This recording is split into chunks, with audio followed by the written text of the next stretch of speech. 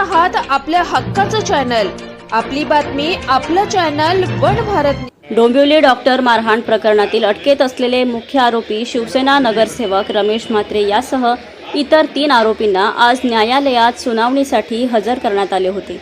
मात्र पहिल्या दिवशी सुनावणी दिवशी वकील आणि पोलीस यामध्ये झालेल्या वादानंतर आज वकिलांनी लाल फिती बांधून पोलिसांचा निषेध केला।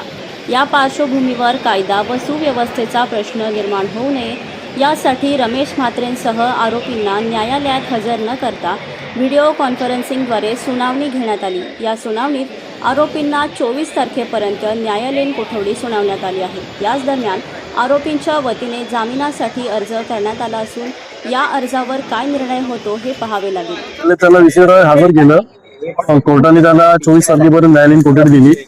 जो वकिलांनी बेल टाकलाय, आता ऑर्डर काय होईल ते बघूया। व्हिडिओ कॉन्फरन्सद्वारे सुनावणी झाली। लॉ अँड ऑर्डरचा प्रश्न निर्माण होईल यासाठी पोलिसांनी त्यांना हजर नाही केलं आणि BBC द्वारे कोर्टासमोर हजर केलं। 24 तारखेपर्यंत त्याला MC हजर मेडिकल ग्राउंडवरती बेल लागलाय का युक्तिवादच्या वर्षी। SL धनके, संजय धनके।